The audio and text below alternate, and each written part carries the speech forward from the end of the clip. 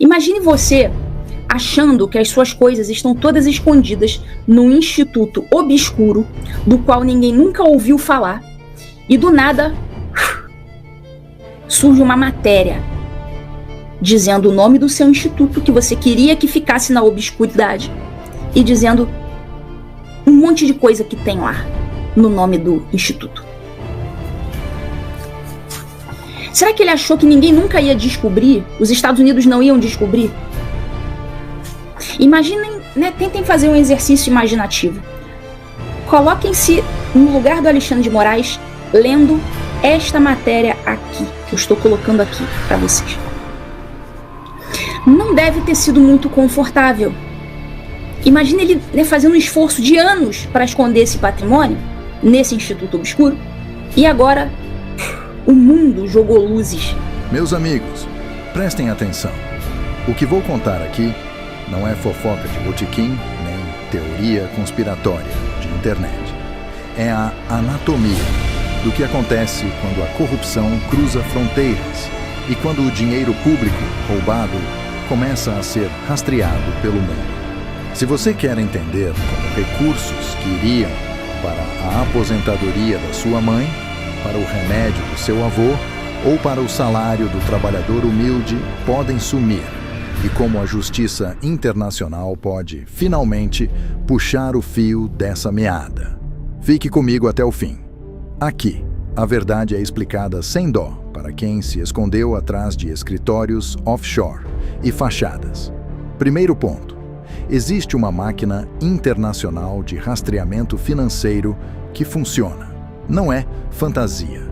Bancos, agências reguladoras, autoridades fiscais e o Departamento do Tesouro dos Ewanoto trocam informação, fazem investigações conjuntas e têm ferramentas potentes como a Lei Magnitsky, ferramenta que serve para sancionar indivíduos e entidades por violação de direitos humanos e corrupção, e outras medidas administrativas que congelam ativos, revogam vistos e cortam a vida internacional de quem abusou do poder.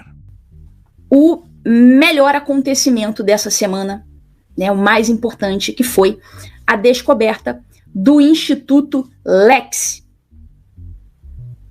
né, do Alexandre de Moraes. O governo Trump descobriu patrimônio escondido do Alexandre de Moraes nesse Instituto Lex. Lembre-se, a inteligência americana, né, é a melhor do mundo, junto com a israelense. E a Malu Gaspar, claro, né, eu acredito que ela tenha recebido aval lá do grupo Globo para investigar e publicar. E ela fez uma matéria falando dos bens que ela encontrou. Ela foi lá e ela investigou, né, cartórios de imóveis em São Paulo, enfim. Ela fez um excelente trabalho e ela publicou no Globo sobre o Instituto Lex e expôs tudo. Quais imóveis estão no nome desse instituto, e descobriu que, sim, era realmente isso que o Paulo Figueiredo, né, levantou ali, e ela mostrou, ela trouxe à luz. Vamos ver.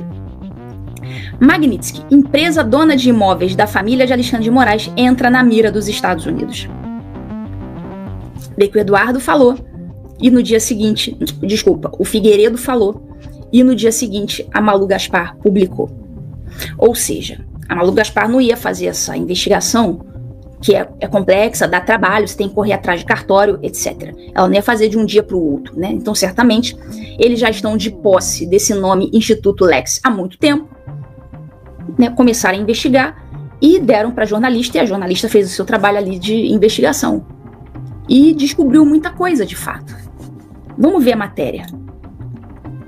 Mapeamento do patrimônio do ministro Mulher e Filhos é visto por bolsonaristas como trunfo para destravar novas sanções durante o julgamento da trama golpista na STF.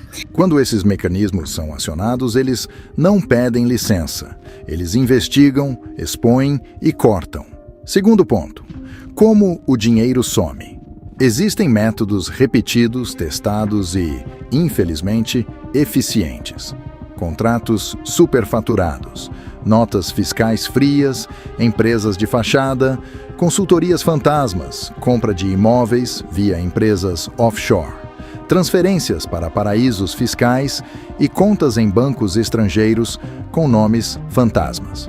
Quando o alvo é o erário e quando quem opera tem conhecimento jurídico e rede de proteção, o caminho do dinheiro pode ser longo, com camadas e complexidade.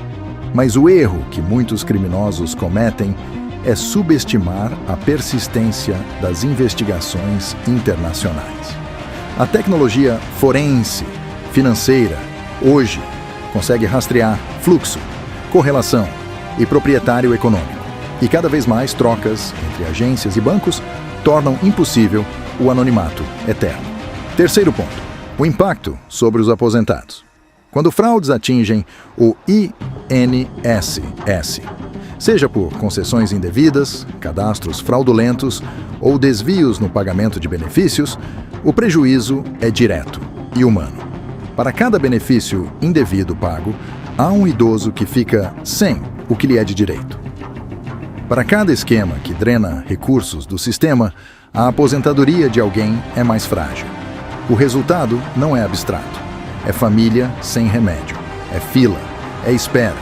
É dignidade arrancada. Por isso, falar de rastreamento de ativos não é um drama distante. É a possibilidade de devolver dinheiro, que pertence a quem trabalhou a vida inteira. Imagine você achando que as suas coisas estão todas escondidas num instituto obscuro, do qual ninguém nunca ouviu falar, e do nada surge uma matéria dizendo o nome do seu instituto que você queria que ficasse na obscuridade e dizendo um monte de coisa que tem lá no nome do instituto. Será que ele achou que ninguém nunca ia descobrir? Os Estados Unidos não iam descobrir? Imaginem, né, tentem fazer um exercício imaginativo. Coloquem-se no lugar do Alexandre de Moraes lendo esta matéria aqui, que eu estou colocando aqui para vocês. Não deve ter sido muito confortável. Imagine ele, né, fazendo um esforço de anos para esconder esse patrimônio nesse instituto obscuro, e agora o mundo jogou luzes no tal do instituto. Uma empresa da mulher e dos filhos do Alexandre de Moraes, o LEX, Instituto de Estudos Jurídicos, está no centro das discussões do governo Trump sobre estender ou não aos familiares as sanções da lei Magnitsky adotadas contra ele no fim de julho. Se eles investigaram, né, os Estados Unidos investigaram e descobriram isso aí, para mim está muito claro, né, que esse instituto também vai ser sancionado. Para mim está claro, mas vamos seguir aqui. O Instituto é dono de 11 imóveis, cujos valores declarados somam 12,4 milhões, incluindo a residência de Moraes em São Paulo, está no nome desse Instituto Lex. A sede do escritório da sua mulher, Viviane, e apartamentos em Campos do Jordão. Depois de tomar conhecimento de um mapeamento sobre imóveis da empresa elaborado pela administração Trump, integrantes do Departamento de Estado estariam convencidos de que ela funciona como uma holding de fachada para a ocultação de patrimônios milionários. Holding de fachada para ocultar patrimônio milionário. É isso que está parecendo esse Instituto Lex. Quarto ponto. O que acontece quando as trilhas aparecem? Cenário plausível. Uma autoridade financeira americana identifica movimentações suspeitas ligadas a empresas de fachada. Ela troca dados com um banco que atua num terceiro país.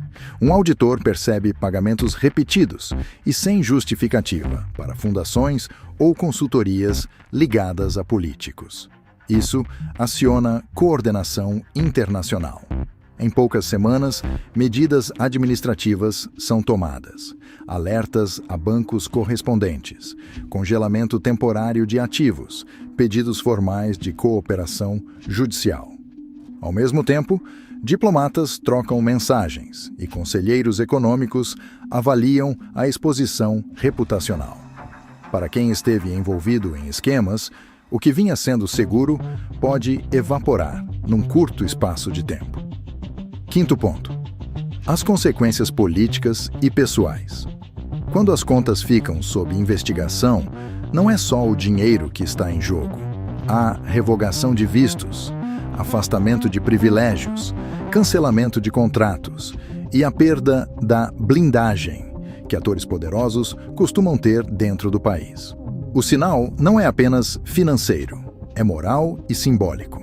A imagem pública se desmembra, aliados começam a recuar, instituições que antes fingiam neutralidade passam a cobrar transparência.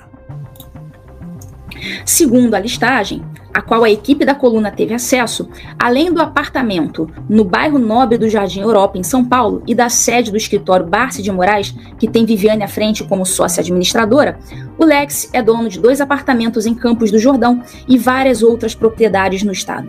Até o ano passado, o Instituto também era dono de um apartamento de 387 metros quadrados em um condomínio de alto padrão no Guarujá, o Tortugas, com vaga para barcos. Mas o imóvel foi vendido por 1,26 milhão, segundo o registro do cartório, e a vaga por 140 mil. Os americanos também tentam levantar possíveis propriedades em nome do ministro, da mulher, dos filhos e do Instituto Lex em outros estados do Brasil. A equipe do blog conferiu as certidões dos imóveis e constatou que 11 deles foram transferidos para o Lex ao longo de 2014. Ele não era nem ministro da STF ainda. Ele entrou só em 2017.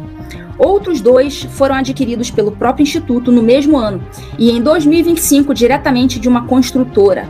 Comprou na planta. São apartamentos de cobertura contíguos em um condomínio de bairro Nobre de Campos do Jordão, que, segundo o registro oficial, foram comprados por 4 milhões cada um. Ou seja, só de cobertura em Campos do Jordão são 8 milhões. O Lex não tem registro público do exercício de cursos ou outras atividades jurídicas. Então ele se vende como um instituto jurídico, mas não tem registro de nada. Realmente tem todas as características de uma empresa de fachada para ocultação de patrimônio. Já a classificação nacional de atividades econômicas do Instituto é de treinamento em desenvolvimento profissional e gerencial. Então eu queria saber se o Instituto Lex treinou alguém na vida. Eles não fazem treinamento em desenvolvimento profissional? Quem que eles treinaram? Será que eles teriam tantos anos aí de existência? Será que eles treinaram alguém? Fica a pergunta, né? Há apenas uma página do Lex no Instagram. Criada em setembro de 2017, quando Moraes já estava no Supremo, ela não é atualizada desde dezembro do mesmo ano. Desde 2017, não atualizam no Instagram. Então, que empresa é essa? No curto período de atividade, foram publicados apenas memes e um único conteúdo relacionado à doutrina do direito. Alguém deve ter falado, poxa, publica alguma coisa de direito aí para não ficar muito na cara. Há ainda várias outras residências e lotes no estado de São Paulo, transferidas do casal Moraes para o Instituto em questão desde 2014, além de carros registrados no CNPJ do Lex. Entre as propriedades estão 4 terrenos em São Roque, comprados por Moraes nos anos 2000, que entraram no regime de comunhão parcial de bens do casal e acabaram no nome do Lex. As transferências de patrimônio para o Instituto se concentraram em 2014, quando Moraes, que se filiaria ao PSDB no ano seguinte, cogitava disputar um cargo eletivo em São Paulo. Essa é a matéria da Malu Gaspar. Parabéns pelo trabalho, Malu Gaspar. Em suma, quando a justiça internacional acende o holofote, a vida política de muitos fica irreversivelmente comprometida. Sexto ponto: a narrativa perigosa que muitas vezes surge é caça às bruxas, é intervenção. Serve apenas para confundir. Justiça e sanção internacional não são esporte político. São instrumentos que atuam quando a governança interna falha em punir. Se instituições nacionais não têm isenção ou coragem para investigar, a comunidade internacional não fica de braços cruzados. É isso que explica o aumento de medidas que tocam diretamente a vida de agentes públicos e seus protegidos. Sétimo ponto: e a prova? Onde está? A diferença entre opinião e acusação está no documento. Uma movimentação suspeita vira fato público quando há troca formal de informações entre autoridades, quando relatórios de compliance bancário apontam anomalias, quando há ordens judiciais de bloqueio e quando documentos oficiais embasam as medidas. É por isso que a pressa em espalhar acusações sem provas pode boicotar investigações e transformar o legítimo processo em teatro. Queremos resultado, não fuxicos. Queremos provas, não Excelente trabalho de investigação, olhou as certidões de imóveis, enfim, correu atrás e descobriu um monte de coisa. Isso aqui, claro, que os Estados Unidos já estão sabendo de todos esses imóveis, enfim. Já sabem de tudo. Douglas, 1988. Já não seria a hora de a esposa e filhos do Moraes caírem na Magnitsky? Daqui a pouco chega a hora de os ministros votarem. Então, provavelmente eles vão cair também, porque, veja, esse Instituto Lex parece que está no nome da mulher e dos filhos, né? Então dá para ver que estão servindo, né, como laranjas, né, para ocultação patrimonial. Então provavelmente vai cair neles também. Mas esse tipo de coisa não é feita como no Brasil, né, tudo a bangu. Não, aqui nos Estados Unidos eles são muito meticulosos, precisa passar pelo crivo de um monte de departamento, tem que assinar um monte de gente.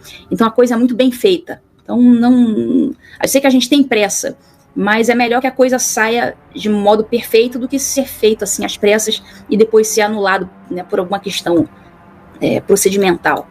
Renato Guimarães, caso o Instituto Lex demore a ser sancionado, não daria tempo ao Chanemar de transferir ou vender estes imóveis a terceiros? Daria, com certeza daria. Só que eu penso o seguinte, quem vai ser o maluco de hoje, nessa situação, comprar um imóvel do Alexandre de Moraes? Que, assim, claro, não é o caso, mas tem um instituto no direito processual que se chama fraude à execução. É quando o sujeito sabe, é claro, não é o caso aqui, a gente não está falando de direito brasileiro, a gente está falando de coisa dos Estados Unidos, eu só estou fazendo um paralelo, tá? Que quando o sujeito sabe que vai ser executado, aí ele começa a se desfazer dos bens para fraudar aquela execução que ele vai sofrer, ou está sofrendo. Então, assim, fazendo um paralelo, quem vai ser hoje o maluco de comprar o bem no Moraes, depois virem nos Estados Unidos e falar, olha, você ajudou esse cara a se livrar dos seus bens, eu vou te sancionar aqui também. Então, assim, eu já, né, poder vender esses imóveis a terceiros, ele pode vender. Mas será que alguém vai comprar? Isso é tão rastreável.